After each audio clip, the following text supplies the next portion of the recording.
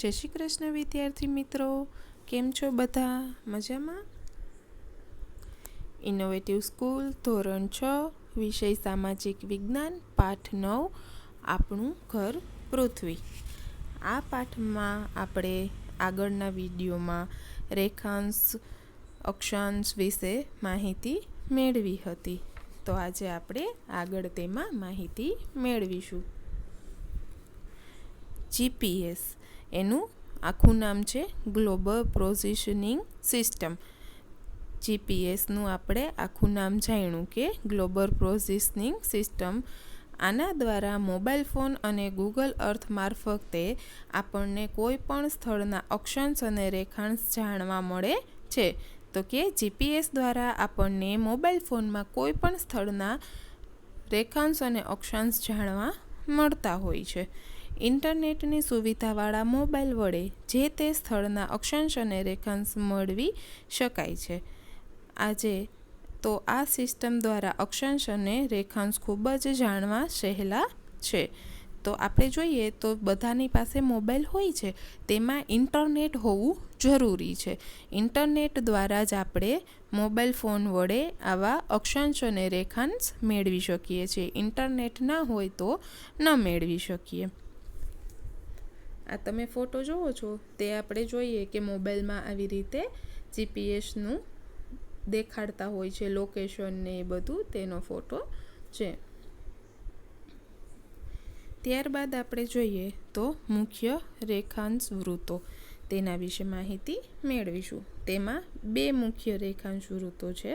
પહેલું છે ગ્રીનિચ અને બીજું છે આંતરરાષ્ટ્રીય દિનાંક રેખા. તો આપણે પહેલા વિશે માહિતી મેળવીશું, ગ્રીનિચ વિશે. એને શોર્ટ ફોર્મમાં જીએમટી પણ કહેવાય છે. ગ્રીનિચ રેખા ઇંગ્લેન્ડના ગ્રીનિચ શહેર પરથી પસાર થતી 0° રેખાંશ વૃત્તને ગ્રીનિચ રેખા કહે છે. જો ઇંગ્લેન્ડના ગ્રીનિચ નામના શહેરમાંથી આ રેખા પસાર થાય છે 0°, એટલે તેનું નામ ગ્રીનિચ રેખા પાડવામાં આવેલું છે. ગ્રીનિચ રેખાની પૃથ્વીના પૂર્વ અને પશ્ચિમ બે ભાગ પડે છે. તો કે ગ્રીનિચ રેખાના કારણે પૃથ્વીના બે ભાગ પડે છે, જે તમે ચિત્રમાં પણ જોઈ શકો છો કે બે ભાગ પડતા દેખાય છે પૃથ્વીના. તો કે કયા બે ભાગ જોઈએ? જે પૃથ્વી પૂર્વ ગોળાર્ધ અને પશ્ચિમ ગોળાર્ધ તરીકે ઓળખાય છે. જે આપણે ફોટામાં પણ જોઈ શકીએ છીએ કે ગ્રીનિચ રેખાના કારણે પૃથ્વીના બે ભાગ પડતા દેખાય છે. જો વચ્ચોવચ ગ્રીનિચ રેખા લખેલી છે અને તેના કારણે પૃથ્વીના બે ભાગ પડતા જોવા મળે છે. જો એક સાઈડ છે પશ્ચિમ ગોળાર્ધ અને બીજી સાઈડ છે પૂર્વ ગોળાર્ધ. ગ્રીનિચ રેખાની 180° પૂર્વમાં પૂર્વ રેખાંશ અને 180°થી પશ્ચિમમાં પશ્ચિમ રેખાંશ ગણવામાં આવે છે. ત્યારબાદ આપણે જોઈએ તો આંતરરાષ્ટ્રીય દિનાંક રેખા વિશે આપણે માહિતી મેળવીશું. રેખાંશ વૃત્તને આંતરરાષ્ટ્રીય દિનાંક રેખા તરીકે ઓળખાય છે. કોને? રેખાંશ વૃત્તને આંતરરાષ્ટ્રીય દિનાંક રેખા કહેવાય છે. તમારે યાદ રાખવાનું છે. આ રેખાંશ વૃત્ત માત્ર એક જ છે.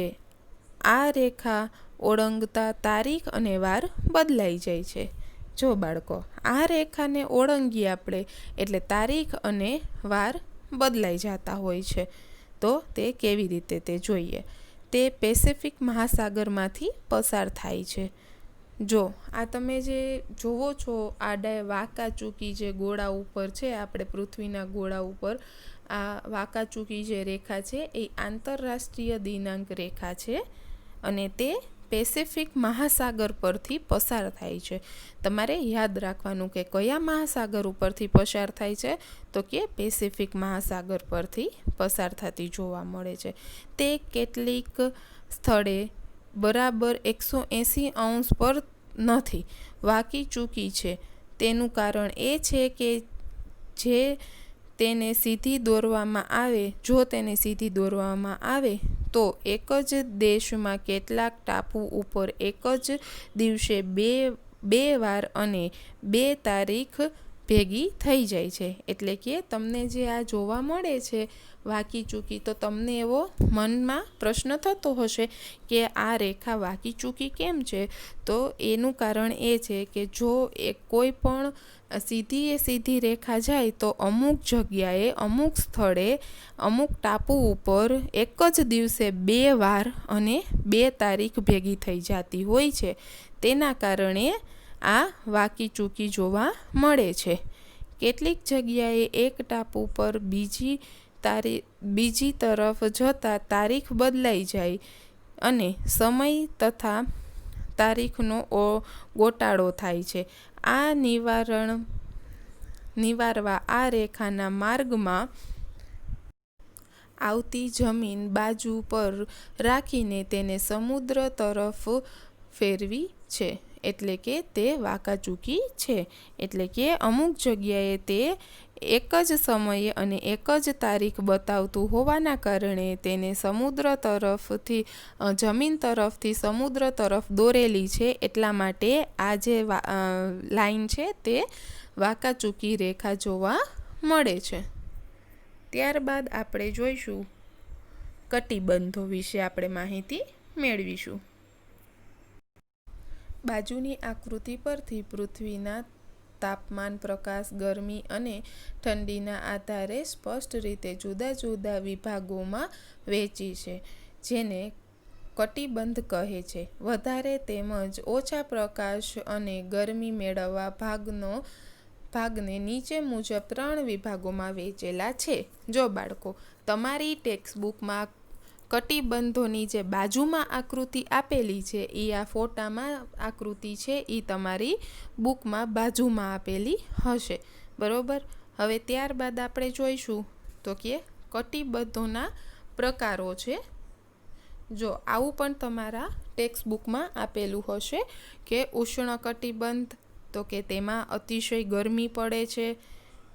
સમશીપ્ત કટિબંધ, તો તેમાં સપ્રમાણ ગરમી અને ઠંડી પડે છે. શીત કટિબંધ, એમાં સખત પ્રમાણમાં ઠંડી પડે છે. તો આવું શું કામ થતું હશે એ તમને પ્રશ્ન થતો હશે. તો હવે આપણે પાછો પહેલાંનો ફોટો જોઈએ અને તમે પણ તમારી ટેક્સ્ટબુકમાં જોજો. ઉષ્ણકટિબંધ, તો ઉષ્ણકટિબંધ છે એ આજે વિષુવવૃત્ત છે. બરોબર. તેમાં ઉષ્ણકટિબંધ આવેલા છે. એટલે કે આપણે આની પહેલાંના વિડીયોમાં જોયું હતું કે આ વિષુવવૃત્ત છે ત્યાં સૂર્યના સીધા કિરણો પડે છે. બરોબર. તેના કારણે ત્યાં અતિશય ગરમી જોવા મળે છે. એટલા માટે તેને ઉષ્ણકટિબંધ કહેવામાં આવે છે. ત્યારબાદ આપણે જોયું હતું તો કે સમશીતોષ્ણ કટિબંધ. બરોબર. તો કે આ કટિબંધમાં આપણે જોયેલું હતું કે સૂર્યના કિરણો થોડા વાંકા જતા હોય છે. બરોબર. તેના કારણે ત્યાં ઠંડી અને ગરમીનું પ્રમાણ સપ્રમાણમાં જોવા મળે છે. અને ત્યારબાદ આપણે જોઈએ તો શીત કટિબંધ, તો કે નીચે તમે આ લખેલું છે જોવો, નીચે અને સૌથી ઉપર લખેલું છે શીત કટિબંધ. બરોબર. તો આપણે જે સૂર્યનો આપણે આકૃતિ જોયેલી હતી તેમાં આપણે જોઈએ તો સૂર્યના કિરણો જે હતા એ થોડા એકદમ વાંકા થઈને ત્યાં જતા હોય છે, ક્રોસમાં જતા હોય છે. તેના કારણે ત્યાં એનું ગરમી પહોંચતા એકદમ ઠંડો પ્રવાહ થઈ જાય છે. તેના કારણે ત્યાં સખત ઠંડી જોવા મળતી હોય છે. તેના કારણે તેને શીત કટિબંધ કહેવામાં આવતું હોય છે. ત્યારબાદ આપણે જોઈએ તો પૃથ્વીની ગતિના પ્રકારો. બધા ગ્રહોની જેમ પૃથ્વીની પણ ફરવાથી 2 પ્રકાર જોવા મળે છે. તો એમાં કયા 2 પ્રકાર છે? તો કે પરિભ્રમણ અને પરિક્રમણ. આ 2 પ્રકારો જોવા મળે છે. તેમાં આપણે પહેલાં જોઈશું પરિભ્રમણ. પરિભ્રમણમાં શું છે? તો કે ભમરડો પોતાની ધરી પર ફરે છે તેમ પૃથ્વી પોતાની ધરી પર પશ્ચિમથી પૂર્વ દિશામાં ફરે છે. જો તમે આ ફોટો જોવો છો તેમાં ભમરડાની જેમ જ આ પૃથ્વી જરાક ક્રોસમાં તમને દેખાતી હોય છે. એવી જ રીતે આપણે ભમરડાની માફક જ પૃથ્વી પણ પોતાની ધરી ઉપર પશ્ચિમથી પૂર્વ સાઈડ ફરે છે. પૃથ્વીની આ ગોળ ચક્કર લગાવવાની ગતિ દૈનિક ગતિ કહેવાય છે. તેને પરિભ્રમણ પણ કહેવાય છે. એટલે કે પૃથ્વી જે આ ગોળ ચક્કર લગાવે છે તેને દૈનિક ગતિ એટલે કે રોજની ગતિ કહેવાય છે અને તેને પરિભ્રમણ પણ કહેવામાં આવે છે. પૃથ્વી વિષુવવૃત્ત પર કલાકના 1670 કિલોમીટરની ઝડપે એક ચક્કર પૂરું કરે છે. એટલે કે પૃથ્વી જે છે તે વિષુવવૃત્ત તરફ કેટલા કિલોમીટરની ઝડપે ચક્ર ફરે છે? તો કે 1670 કિલોમીટરની ઝડપે ચક્ર ફરે છે. આ ચક્ર પૂર્ણ કરતાં 24 કલાક થાય છે. એટલે કે આટલા કિલોમીટરનું ચક્ર જે ફેરે છે ત્યારે તેને 24 કલાક થાય છે. પૃથ્વીનો નારંગી જેવો ગોળ આકાર બનાવવામાં આ ગતિને મહત્વનો ભાગ ભજ્યો છે. એટલે કે પૃથ્વીને નારંગી જેવો આકાર બનાવવામાં આ ગતિએ મહત્વનો ભાગ ભજ્યો છે. ત્યારબાદ આપણે જોઈએ તો કે પરિક્રમણ, તેના વિશે માહિતી મેળવીશું. પૃથ્વી પોતાની ધરી પર ચક્કર લગાવવાની સાથે સૂર્યની આસપાસ પરિક્રમા કરે છે. જો બાળકો તમે આ ફોટો જુઓ છો તેમાં આપણે જોઈએ છીએ કે પૃથ્વી સૂર્યની આજુબાજુ પરિક્રમા કરે છે. બરોબર. આ પરિક્રમા પૂરી કરતાં પૃથ્વીને લગભગ 365 દિવસ લાગે છે. આ જે પરિક્રમા એ આખી પૃથ્વી પૂરી કરે છે. બરોબર. આ તમે ફોટો જોવો છો તેમાં રાઉન્ડ શેપ છે એ આખું રાઉન્ડ શેપ જ્યારે પૃથ્વી પૂરું કરી લે છે ત્યારે તેને 365 દિવસ લાગે છે. એટલે કે આપણે તેને 1 વર્ષ પૂરું થયું તેમ કહેતા હોઈએ છીએ. અવકાશમાં પૃથ્વીને સૂર્યની આસપાસ ચક્કર લગાવવાનો એક કાલ્પનિક માર્ગ નક્કી થયેલો છે. જે તમે આ ફોટામાં જોવો છો તે એક એનો કાલ્પનિક માર્ગ છે. આવી ઉપર રેખા દોરેલી નથી પણ આવી કાલ્પનિક માર્ગ જોવા મળે છે જે કક્ષા તરીકે ઓળખાય છે. આજે એને કાલ્પનિક માર્ગ જે છે તેને કક્ષા તરીકે ઓળખાય છે. આ સાથે પૃથ્વી વર્તુળાકાર નહીં પરંતુ લંબગોળાકાર કક્ષામાં ફરે છે. એટલે કે પૃથ્વી જે છે એ એકદમ ગોળાકારમાં નથી ફરતી, લંબગોળ આકારમાં ફરે છે તેની કક્ષા ઉપર. કક્ષા એટલે મેં તમને પહેલાં જ કહી દીધું કે જે આ એની કાલ્પનિક રેખા છે તેને કક્ષા કહેવામાં આવે છે. તેની ઉપર તે ગોળાકારમાં નથી ફરતી પરંતુ લંબગોળ આકારમાં ફરે છે. જે તમે ફોટામાં પણ જોવો છો કે આ બ્લુ કલરની ડોટ લાઈન છે તે લંબગોળ છે થોડી. એવી રીતે પૃથ્વી પોતાના લંબગોળ આકારમાં તેની કક્ષા ફરે છે. વર્ષ પર પૃથ્વી અને સૂર્ય વચ્ચેનું અંતર સરખું હોતું નથી. એટલે કે આખા વર્ષ દરમિયાન પૃથ્વી અને સૂર્ય વચ્ચેનું જે અંતર હોય છે તે સરખું નથી હોતું. એ તમે આ જોઈ શકો છો કે લંબગોળ આકારમાં પૃથ્વી જ્યારે તેની કક્ષા ઉપર ફરે છે ત્યારે એનું સૂર્યની સાથેનું અંતર સરખું નથી હોતું. કેમ કે લંબગોળ આકાર છે. એટલે કે જ્યારે આમ લંબાઈ ઝાઝી હશે ત્યારે તેનું બે વચ્ચેનું અંતર પણ ઝાઝું જોવા મળતું હશે. પૃથ્વી પોતાની ધરી પર 23.5 અંશ અને કક્ષા સાથે 66.5 અંશનો ખૂણો બનાવીને ફરે છે. પૃથ્વીના આ ધરીનમનના કારણે ઋતુ થાય છે અને રાત દિવસ લાંબા ટૂંકા થાય છે. એટલે કે પૃથ્વીના આ ધરીનમનના કારણે ઋતુઓ થાય છે અને રાત દિવસ લાંબા ટૂંકા થાય છે. આપણે જોઈએ છીએ કે અમુક રાત દિવસ લાંબા ટૂંકા જોવા મળતા હોય છે. તે આ ધરીનમનના કારણે જોવા મળે છે અને ઋતુઓ પણ તેના કારણે જોવા મળે છે. ત્યારબાદ આપણે જોઈએ તો દિવસ અને રાત, આના વિશે આપણે માહિતી મેળવીશું કે દિવસ અને રાત કેવી રીતે થતા હોય છે. પૃથ્વીની દૈનિક ગતિના લીધે જ દિવસ અને રાત થાય છે. એટલે કે પૃથ્વીની રોજની જે ગતિ છે તેના કારણે જ દિવસ અને રાત થતું જોવા મળે છે. પૃથ્વી પોતાની ધરી પર નમેલી અને ગોળ હોવાથી તેના અડધા ભાગ પર જ સૂર્યનો પ્રકાશ પડે છે અને અડધા ભાગ પર અંધારું રહે છે.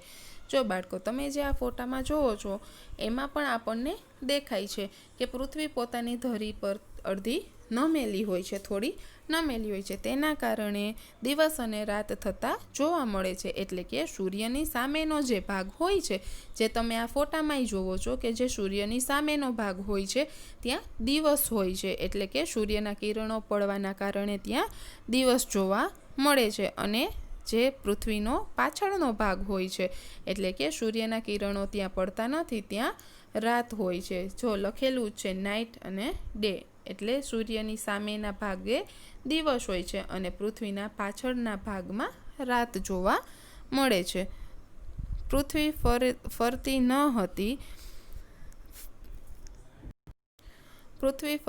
હોત તો એક જ તરફ અજવાળું અને બીજી તરફ અંધારું જ રહેત, પણ તેમ બનતું નથી. આ પૃથ્વીનું દરેક સ્થળે 24 કલાકમાં અજવાળામાંથી અંધારામાં અને અંધારામાંથી અજવાળામાં આવે છે. એટલે કે જો પૃથ્વી ફરતી જ ન હોત તો એક જ જગ્યાએ દિવસ રહેત અને એક જ જગ્યાએ રાત રહેત, બરાબર. પરંતુ એવું થતું નથી. પૃથ્વી છે તે ફરે છે અને તે એના સ્થળેથી 24 કલાકમાં ફરતી જોવા મળે છે. એટલે અંધારામાંથી અજવાળામાં, અજવાળામાંથી અંધારામાં આવતી જોવા મળે છે. અને દરેક સ્થળે આપણે જોઈએ તો સવાર, બપોર અને સાંજ પણ જોવા મળે છે. પૃથ્વીના ધરીનમનના લીધે દિવસ અને રાત પણ લાંબા થાય છે, બરોબર. પૃથ્વીના આવા ધરીનમનના કારણે દિવસ અને રાતમાં પણ ફેરફાર જોવા મળે છે. એટલે કે તેના લંબાઈમાં પણ થોડી ફેરફાર જોવા મળે છે. ક્યાંક લાંબા દિવસો હોય છે, ક્યાંક લાંબી રાત હોય છે, તેવું આપણને જોવા મળતું હોય છે. તો કે એ કેવી રીતે થતું હોય છે તેના વિશે પણ આપણે માહિતી મેળવીશું. જો બાળકો, આ ફોટો પણ તમારા આ આકૃતિ છે તે તમારી ટેક્સ્ટ બુકમાં છે. 21મી જૂન કર્કવૃત અને 22મી ડિસેમ્બર મકરવૃત પર સૂર્યના કિરણો બરાબર સીધા પડે છે. જ્યાં સૂર્યના કિરણો સીધા પડે છે ત્યાં અને તેની નજીકના વિસ્તારમાં દિવસ લાંબા અને રાત ટૂંકી હોય છે. તો કે જુઓ, 21મી જૂને કર્કવૃત અને 22મી ડિસેમ્બરે મકરવૃત પર સૂર્યના કિરણો સીધા પડતા હોય છે. કઈ બે દિવસે? તો કે 21મી જૂને અને 22મી ડિસેમ્બરે. 21મી જૂને કર્કવૃત ઉપર અને 22મી ડિસેમ્બરે મકરવૃત પર સૂર્યના કિરણો સીધા પડતા હોય છે અને તેના કારણે ત્યાં અને તેના નજીકના વિસ્તારોમાં, એટલે કે આજુબાજુના વિસ્તારોમાં પણ દિવસ અને રાત, દિવસ લાંબા હોય છે અને રાત જે હોય છે તે ટૂંકી જોવા મળે છે. જ્યાં સૂર્યના કિરણો ત્રાંસા પડે છે ત્યાં દિવસ ટૂંકા અને રાત લાંબી હોય છે. જ્યારે 21 માર્ચ અને 23 સપ્ટેમ્બર માસમાં રાત અને દિવસ સરખા જોવા મળે છે. એટલે કે જ્યાં સૂર્યના કિરણો ત્રાંસા પડતા જોવા મળતા હોય છે ત્યાં છે ને દિવસ અને રાત સરખા જોવા મળતા હોય છે. જ્યાં સૂર્યના કિરણો ત્રાંસા પડતા હોય છે ત્યાં દિવસ ટૂંકો અને રાત લાંબી હોય છે. એ તમારે યાદ રાખવાનું છે કે જ્યાં સૂર્યના કિરણો ત્રાંસા પડતા હોય છે ત્યાં દિવસ ટૂંકા હોય છે અને રાત જે હોય છે તે લાંબી હોય છે. અને જ્યાં 21 માર્ચ અને 23મી સપ્ટેમ્બર હોય માસમાં રાત અને દિવસ સરખા જોવા મળે છે. તો આવી રીતે દિવસ અને રાત લાંબા અને ટૂંકા થતા જોવા મળતા હોય છે. થેન્ક યુ વિદ્યાર્થી મિત્રો.